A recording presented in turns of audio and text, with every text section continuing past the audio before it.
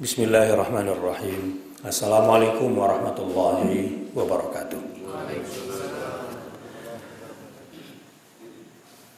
Alhamdulillahi wa kafa. Wassalatu wassalamu ala nabiyhi al-mustafa wa ala alihi wa sahbihi wa man tabi'ahu ila yaumil wafa. Asyhadu an la ilaha illallah wa asyhadu anna Muhammadar Rasulullah. Allahumma shalli ala Muhammad wa ala ali Muhammad. Saya mungkin akan membidik satu angle dari hadis tentang sab'atun yudhilluhumullahu yawma la dhilla illa dhilluh. Ada 7 golongan yang akan mendapatkan perlindungan Allah di hari di mana saat itu tidak ada perlindungan kecuali perlindungan dari Allah. Coba perhatikan dulu bahasanya.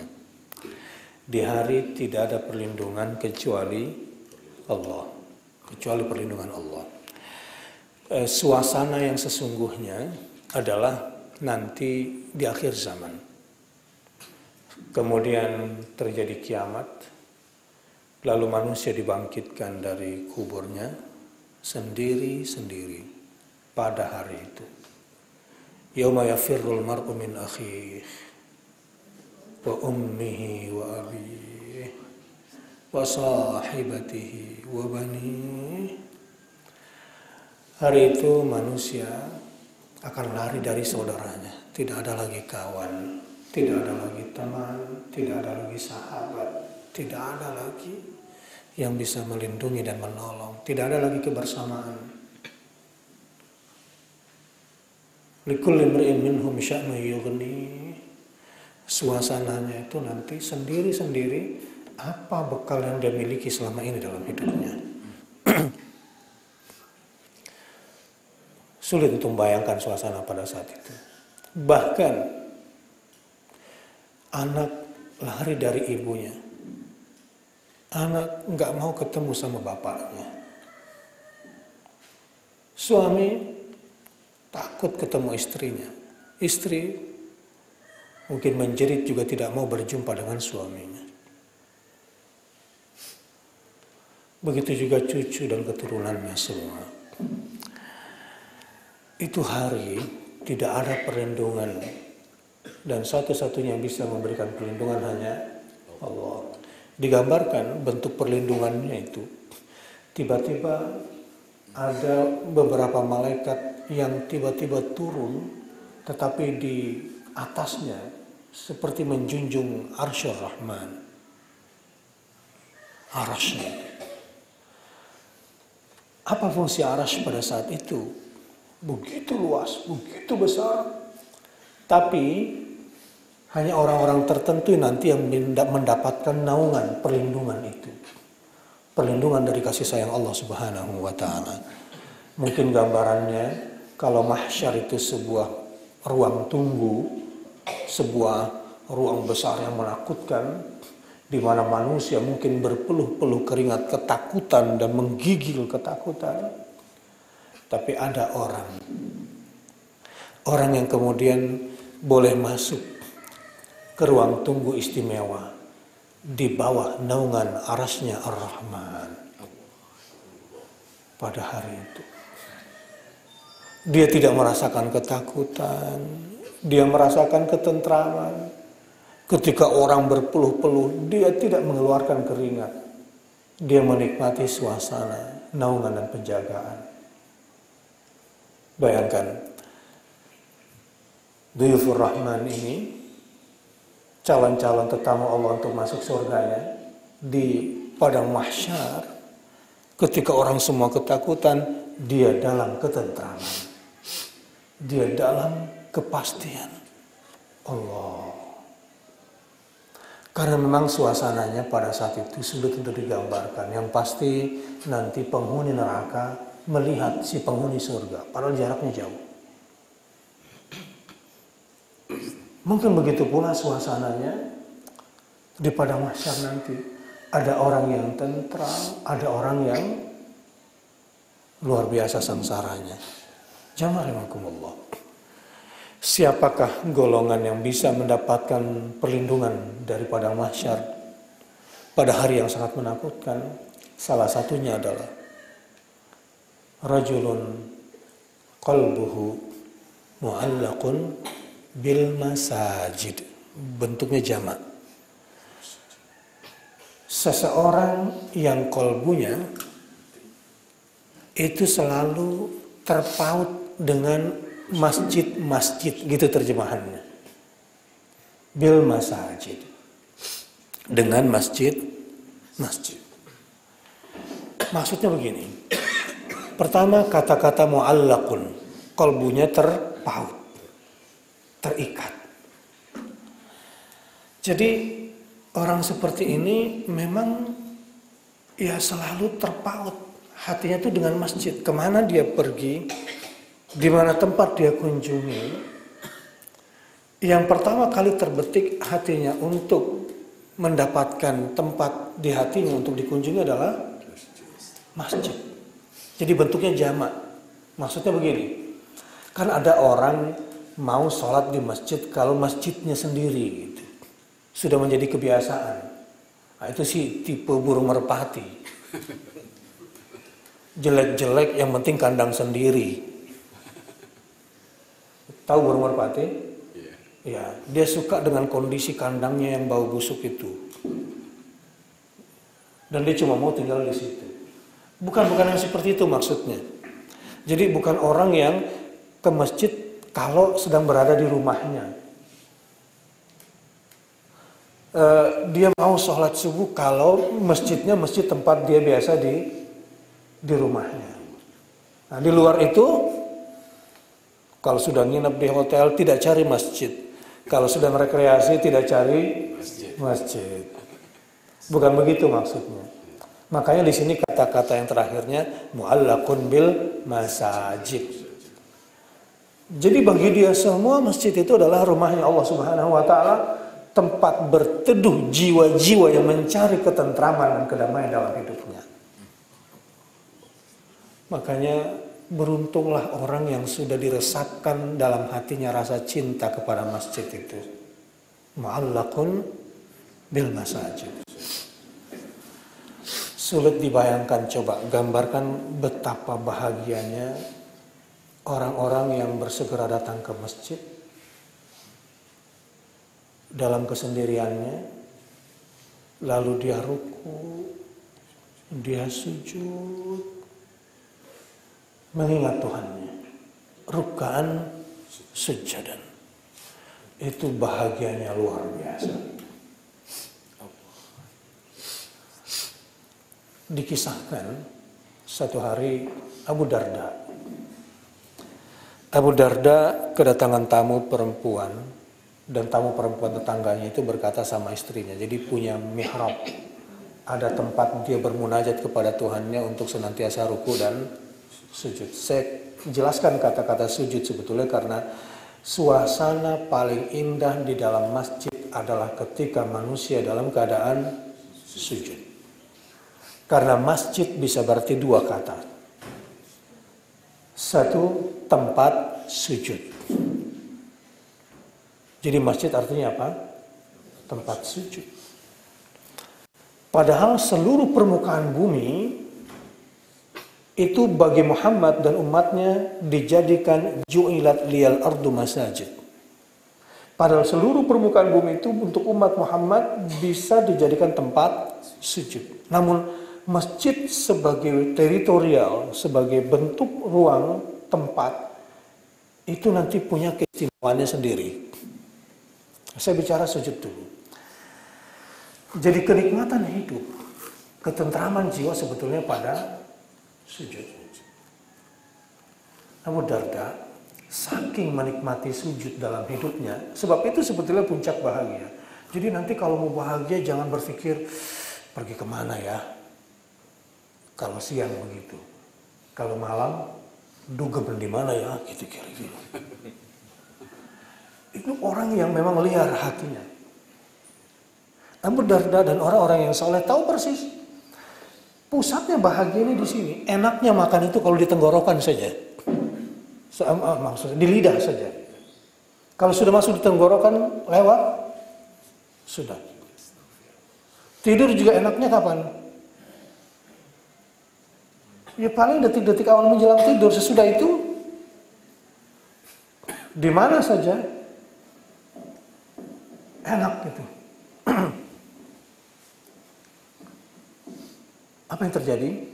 Tiba-tiba si tamu ini mendapati di mihrabnya Abu Darda itu ada tetesan-tetesan air. Jadi nggak pakai sajadah. Sajadah ini juga belakangan, Pak. Makanya kalau sholat nggak usah terpaut sama sajadah. Sujud. Dan sujudnya orang-orang yang beriman itu kadang lebih suka juga kalau nggak ada alasnya. Saya nggak katakan ini sajadah ini bid'ah gitu, enggak. Tapi memang orang Indonesia itu rasanya nggak serg sholatnya kalau nggak ada sejadah. Padahal orang-orang di Arab biasa saja. Ketika bawa mobil di padang pasir udah masuk waktu sholat. Ya sudah, matikan mobil pinggir jalan langsung sholat di atas pasir, di atas tanah, itu biasa.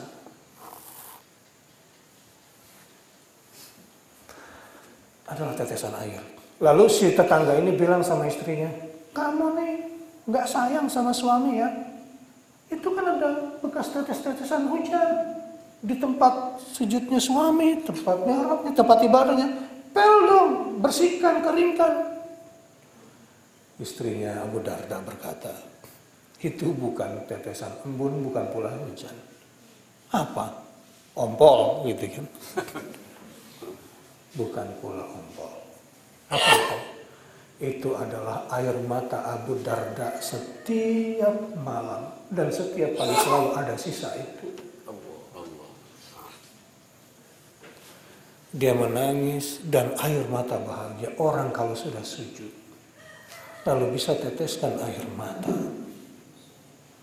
Itu jiwa itu tentram. Dosa-dosa itu terbakar. Sujud dalam kesendirian.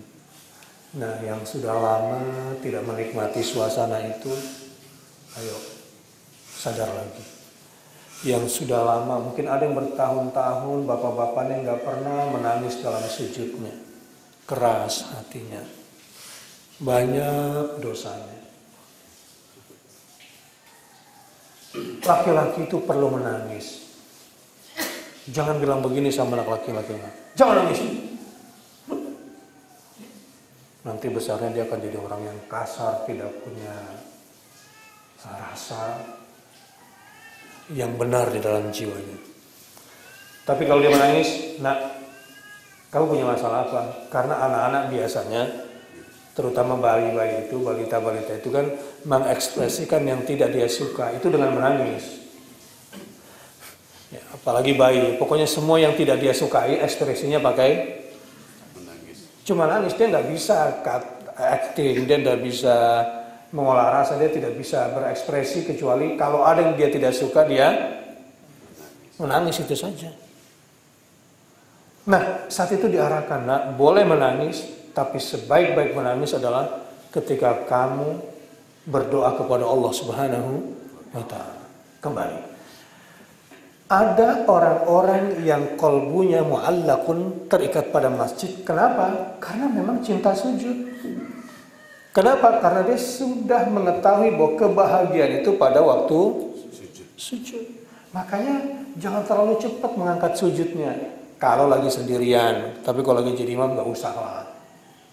Menyiksa makmum juga nanti. Ini membuat nanti makmumnya jadi kesel nih. Imamnya sok khusyuk nih gitu kan, nanti ada aja orang-orang kurang waras. Jadi kalau jadi imam seringan mungkin. Kalau perlu lihat siapa yang paling sepuh di sini begitu. Jadi kita harus mengikuti ritme dia, karena nggak semua orang tua lututnya itu, ini terutama yang imam masih muda ini. Mungkin kalau umurnya masih belum 50 belum terasa itu lutut itu. Tapi kalau orang sudah tua dia udah butuh kursi buat berdiri. Makanya ringankan saja kalau jadi imam. Tapi kalau sendirian, sujudlah.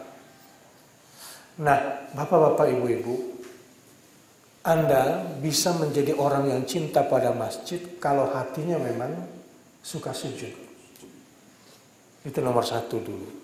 Nah, ini saya sedang merefleksikan sesuatu yang kelihatannya ringan, tapi tahapannya untuk menjadi orang yang cinta pada masjid itu adalah kalau hatinya suka kepada sujud, kecintaannya. Barulah kemudian bil masajid. Dia akan cari tempat-tempat strategis.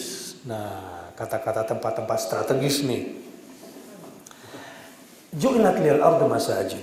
Kan semua tempat diberikan kepada Nabi Muhammad 5 hal yang tidak diberikan kepada selain umat Muhammad. Salah satunya adalah kalau orang-orang Nasrani, orang-orang non-Muslim itu nggak bisa ibadah di luar tempat ibadah kan?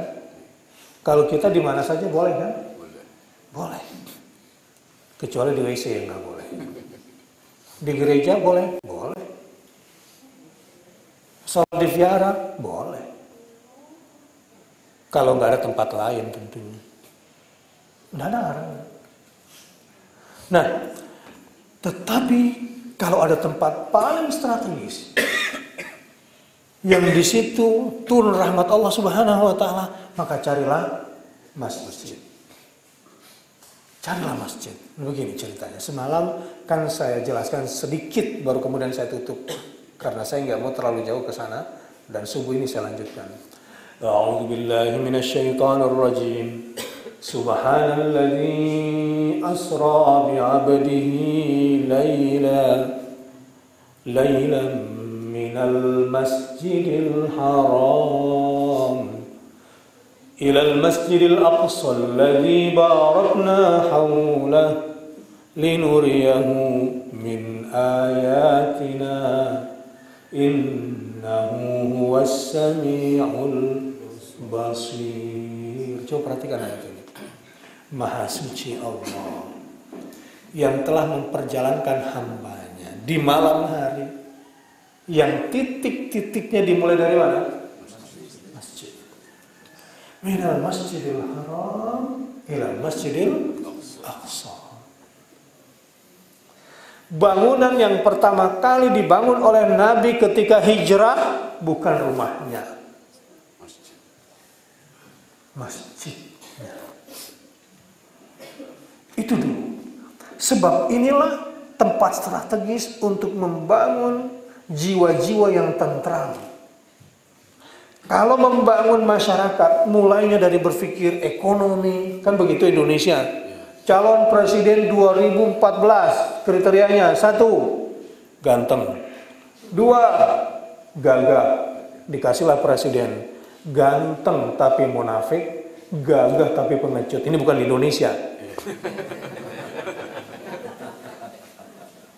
Karena kriteria presiden yang disukai ibu-ibu begitu. Kalau presiden yang disukai bapak-bapak,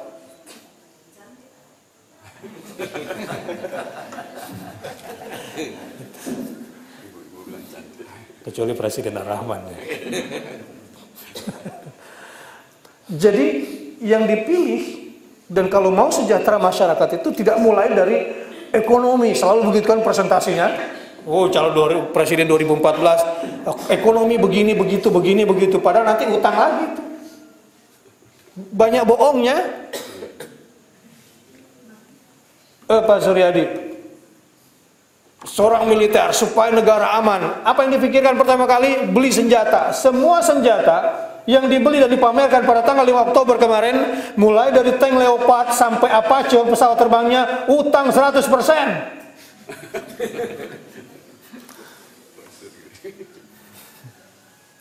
Kenapa? Karena kekuatan itu tidak diukur dari berapa banyaknya senjata yang dipunya. Dan ternyata untuk membangun semuanya, negeri yang sejahtera secara ekonomi, negeri yang aman secara militer, negeri yang kuat secara politik, bagaimana Rasulullah membangunnya? Dari mana mulainya semua? Dari masjid. Jadi kalau ditanya sebetulnya potensi umat Islam di Nusa Penida berapa jumlahnya? Sejumlah yang sholat subuh, itu jamaah inti itu. Dan mereka orang-orang hebatnya sebetulnya. Kalau memahami lagi nanti makna sholat subuhnya. Kalau nggak paham ya sama aja nanti. Hanya ritual-ritual saja begitu, tapi maknanya tidak ada. Tapi kan kita kembali, qalbuhu mu'allaqun bil masajid. Sekarang kita sudah mengerti. Oh, ternyata orang yang bakal mendapatkan perlindungan Allah itu adalah orang yang qalbunya terpaut pada masjid. Untuk bisa terpaut pada masjid harus cinta sujud. Harus mengerti dulu makna sujud. Yang kedua, kenapa harus ada masjid di muka bumi? Kemarin sudah saya jelaskan sejarah masjid di muka bumi. Yang pertama adalah Masjidil Haram. 50 tahun kemudian dibangunlah Masjidil Aqsa. 50 tahun itu jarak pembangunannya satu sama lain. Dan itulah yang kemudian menjadi bangunan monumental di muka bumi. Itu menjadi penyelamat bumi itu. Nanti kalau masjid ini sudah tidak ada, semua manusia akan jadi binatang. Artinya, anak-anak lelakimu yang jarang dibawa ke masjid, itu nanti kelakuannya kayak binatang. Kenapa? Karena ada tiga penyakit semalam yang saya sebutkan. Sombong, tamak, dan hasad. Gara-gara sombong, jin jadi iblis. Gara-gara tamak, Adam diusir dari surga. Gara-gara dengki, putra Adam membunuh saudara. Na'udzubillah. Semoga Allah rasukkan kepada diri kita rasa cinta kepada masjid, kepada Jamaah Rahman dari Jakarta. Nikmati perjalanan seperti ini. Nikmati perjalanan seperti ini. Nanti kalau jalan-jalan sama keluarga, kan ada yang mau tahun baruan, ada yang mau tahun lamaan gitu kan. Jangan sampai lalaikan dari masjid. Jadi menjadi patokan nanti. Oke, kita keluar rumah, naik mobil, pertama nanti kita sholatnya di masjid yang mana? Itu selalu. Yang kedua, jangan berangkat karena hitungan waktu ukurannya adalah sholat, bukan yang lain. Kalau mulai dari situ selalu cara berpikirnya, itulah tanda-tanda nanti akan dirasukkan di dalam hatimu rasa cinta kepada masjid. Nah, sekarang sebagai penutup.